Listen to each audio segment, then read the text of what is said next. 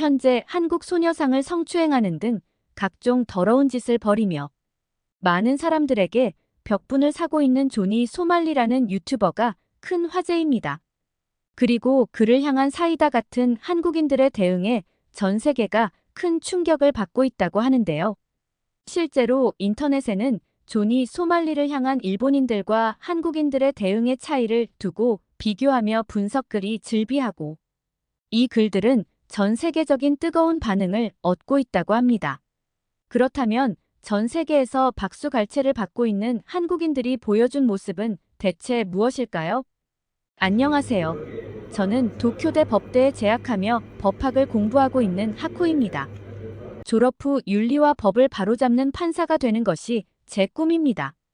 제 이야기를 전하게 된 이유는 아시아인을 조롱하는 미개한 미국인 유튜버 조니 소말리라는 인물 때문이에요. 그가 벌인 만행들은 일본 사회와 국민들에게 큰 충격을 주었고 저 역시 일본인으로서 엄청난 분노와 함께 씁쓸함을 느끼고 있습니다.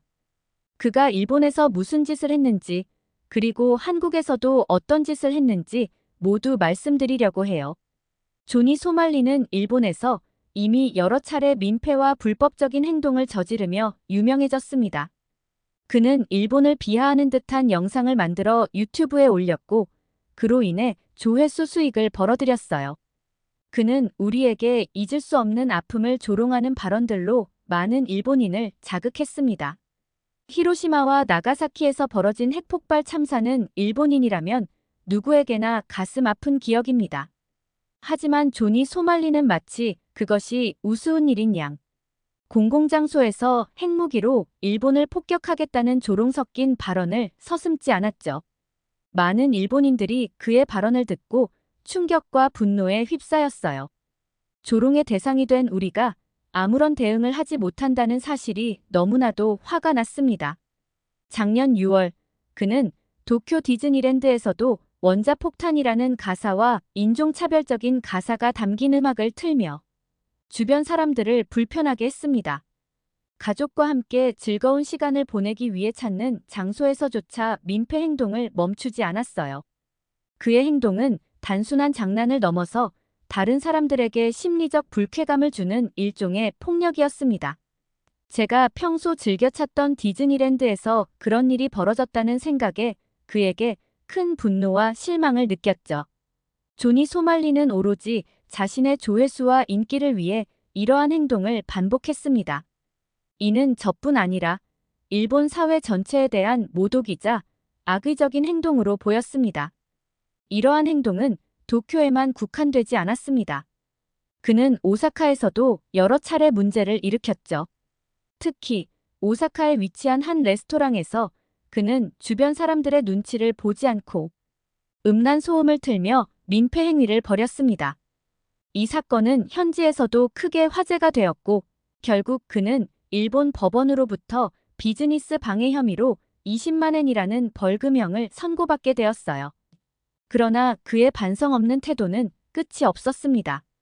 20만 엔이라는 큰 벌금을 선고받고 나서도 그는 반성의 기미를 보이지 않았고 더 나아가 오히려 이를 통해 자신의 인기를 높이려는 듯한 태도를 보였습니다.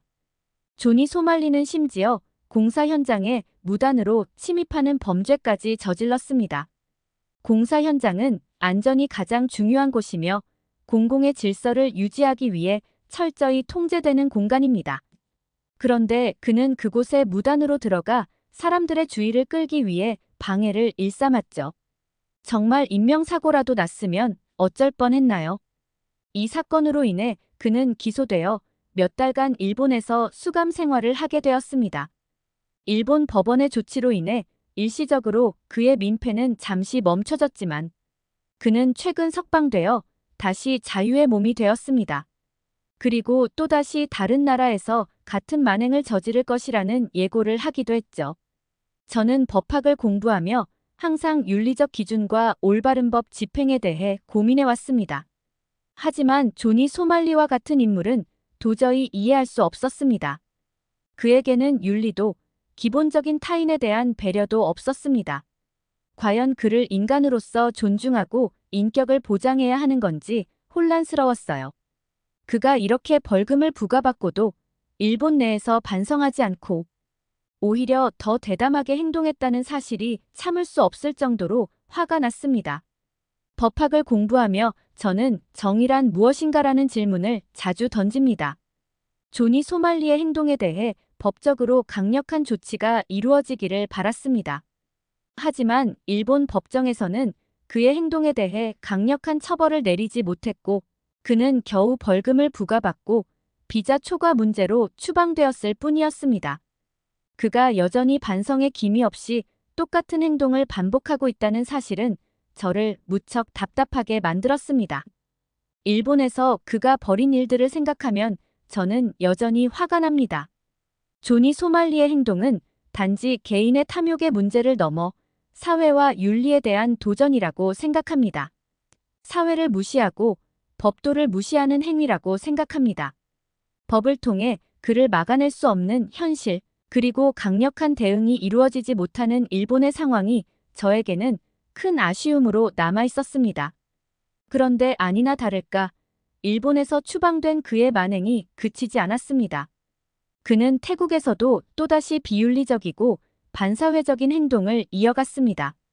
태국에서는 길거리에서 아무 잘못이 없는 태국인들에게 시비를 걸고 심지어 무례한 발언과 행동으로 현지인들을 불쾌하게 만들었죠. 그가 태국에서 저지른 민폐는 그야말로 악행이라고 부를 수 있을 정도였습니다. 태국인들에게 시비를 거는 욕설을 뱉으며 위협적인 태도를 연출했고 이를 영상으로 찍어 자신의 유튜브 채널에 올리기까지 했습니다. 그가 촬영한 영상은 수백만 조회수를 기록하며 사람들의 이목을 끌었고 점점 더 많은 사람들이 그의 비상식적인 행동을 지켜보게 되었습니다. 그는 단순히 사람들을 불편하게 만드는데 그치지 않았습니다. 사람들의 분노와 불쾌감을 자극하면서 조회수를 올려 돈을 벌려는 그 모습에 진저리가 날 지경이었죠. 저는 판사를 꿈꾸는 법대생으로서 사회의 안전과 질서를 위협하는 그에게 도저히 참을 수 없는 분노를 느꼈습니다. 모든 행동의 이면에는 이유가 있을 수 있고 실수를 저지른 사람도 반성과 성찰의 기회를 가질 수 있다고 생각해왔습니다. 그러나 조니 소말리는 그런 기회를 오히려 우습게 치부했습니다. 그의 만행은 단순히 민폐를 넘어서 인간으로서 최소한 지켜야 할 도덕적 기준을 무너뜨렸습니다. 더 큰 문제는 그가 아무런 죄책감도 없이 그러한 행동을 반복하고 있다는 거고요. 그는 태국에서도 소란을 일으켰지만 아쉽게도 큰 처벌 없이 그곳을 떠나 다시 자유롭게 다른 나라로 이동할 수 있었습니다. 어떻게 이런 인물이 다른 나라에서 계속해서 같은 만행을 반복할 수 있는 걸까요? 법의 힘이 겨우 이 정도인 걸까요? 조니 소말리는 다른 사람들을 괴롭히고 일상을 파괴하며 트라우마를 남깁니다. 그 과정에서 그저 재미와 돈을 쫓는 악질입니다.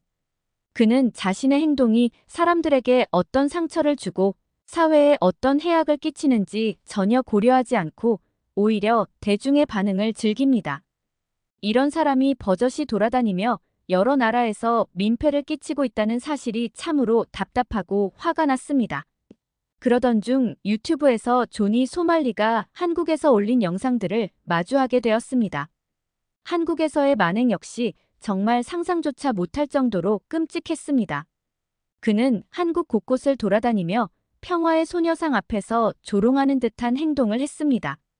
소녀상은 일본과 한국 간의 역사적인 상처와 아픔을 상징하는 조형물인데 조니는 소녀상의 얼굴에 입맞춤을 하고는 비아냥거리듯 말했습니다.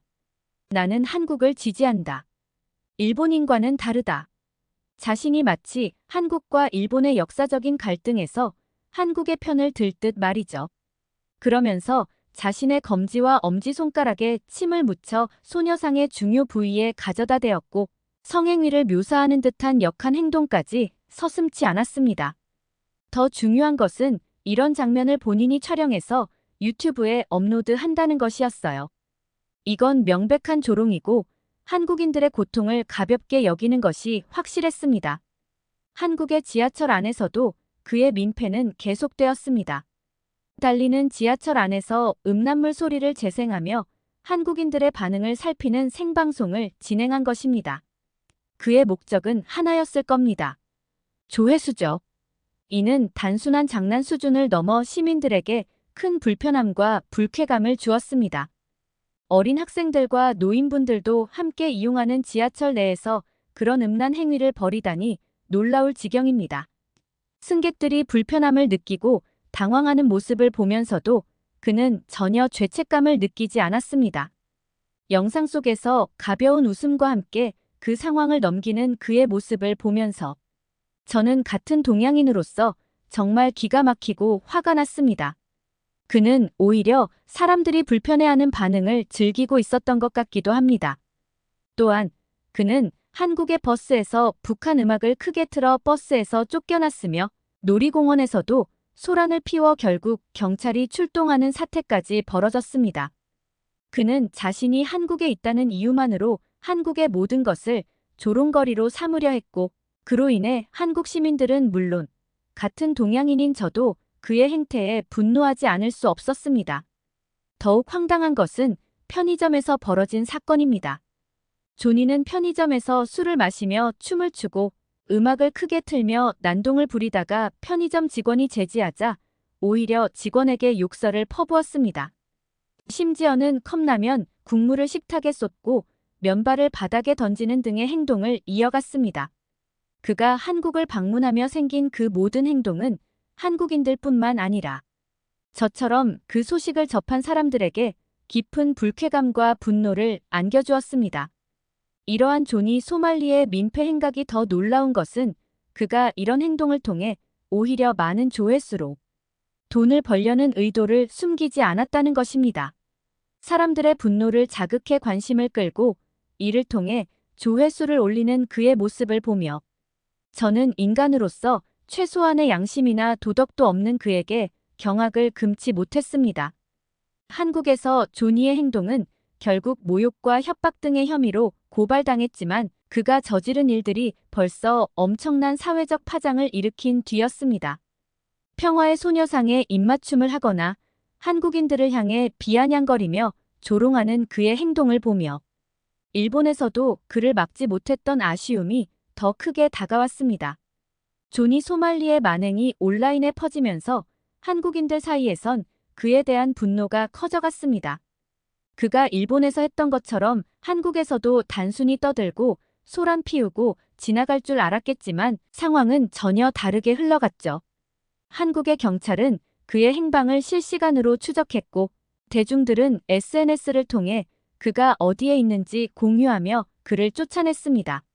한국은 IT 강국이라던데 그 면모가 확연히 드러나는 순간이었어요. 그는 도심 곳곳에서 카메라를 켜고 한국의 거리와 사람들을 조롱했지만 한국 시민들의 발빠른 대응은 그가 예상할 수 있는 범주가 아니었습니다. 그 중에서도 특히 인상 깊었던 것은 한 청년이 그의 만행을 목격한 뒤 직접적인 징벌을 행동으로 표출한 사건이었습니다. 그 청년은 조니 소말리가 평화의 소녀상에 입맞춤을 하고 한국인들을 비하하는 모습을 보고 분노를 참지 못한 겁니다. 그는 소말리를 향해 주먹을 날렸고 소말리는 그대로 쓰러졌습니다. 물론 그 청년은 폭행 혐의로 체포되었지만 한국 사람들은 그의 행동에 열렬히 지지를 보냈습니다.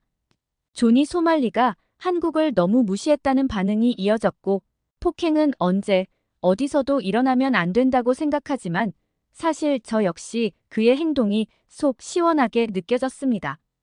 또한 한국의 여러 유튜버와 네티즌들이 그를 응징하기 위해 함께 움직였습니다.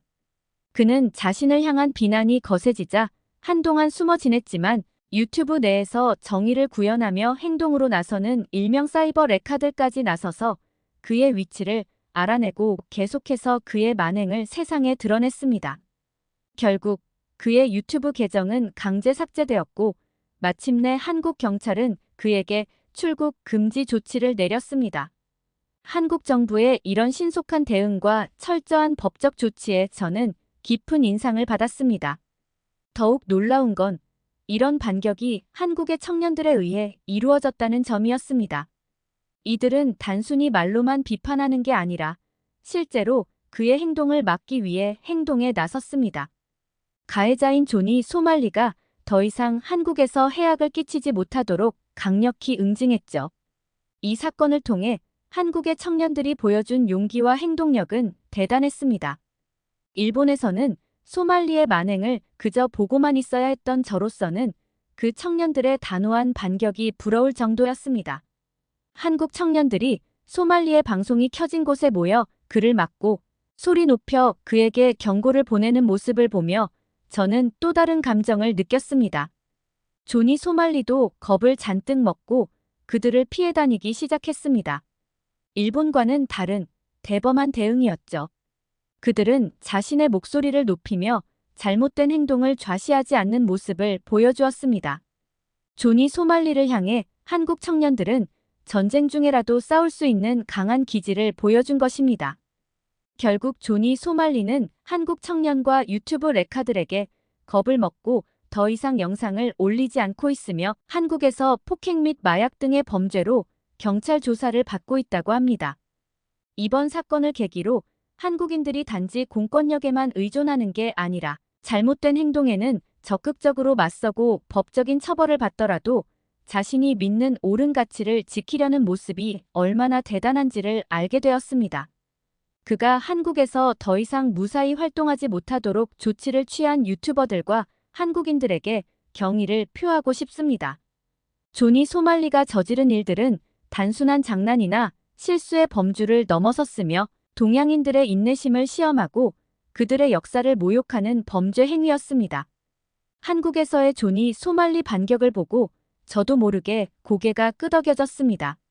일본에서는 그에게 제재를 가하지 못해 억울한 마음이 컸지만 한국에서는 정말 사이다를 마신 듯 시원한 대처를 해주었어요.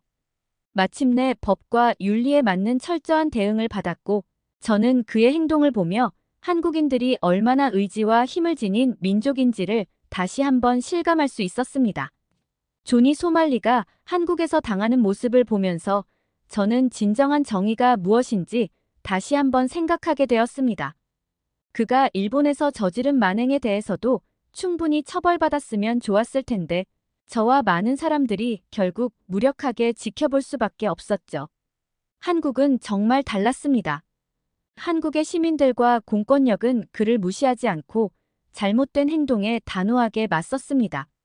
정의란 누군가에게 상처를 주고 피해를 끼치는 일이 절대 용납되지 않는다는 메시지라고 저는 배워왔고 한국에서 그런 정의를 직접 목격하게 되니 가슴이 벅차오르기까지 했습니다.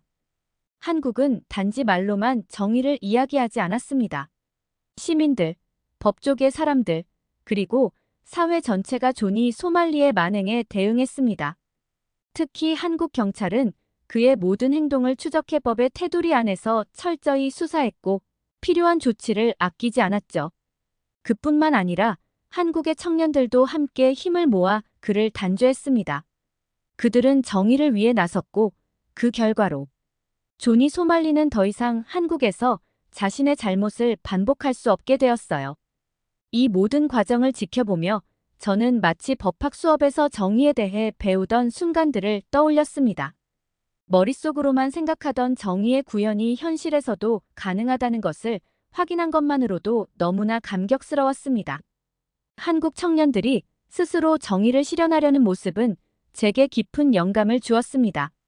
저는 옳고 그름을 분명히 구분하는 판사가 되는 것을 꿈꾸며 이론과 실제 사회에서 정의를 실현하는 건 많이 다를 거라고 생각했어요. 그런데 이번 사건을 통해 정의를 수호하고자 하는 강한 의지와 행동이 변화를 만들 수 있음을 깨달았습니다. 한국 청년들이 보여준 단합된 행동력과 한국의 법 집행이 하나로 맞물려 조니 소말리를 응징하는 모습을 보며 저도 언젠가 이런 실질적인 정의를 실현하는 사람이 되고 싶다는 마음이 커졌습니다. 그리고 한국은 저에게 단순히 정의를 지켜내는 나라가 아니라 함께 정의를 위해 싸울 수 있는 동반자로 느껴졌습니다. 제가 판사가 된다면 일본과 한국의 법조계가 더 많은 교류와 협력을 이루어 함께 정의를 세우는 미래를 꿈꿔보고 싶습니다. 이를 위해 지금의 학업에 더욱 열중하려고 해요. 저에게 큰 동기부여를 해준 한국에게 고마운 마음입니다. 언젠가 한국과도 협력할 수 있는 판사가 되어 양국의 정의 실현에 조금이라도 도움이 되고 싶습니다.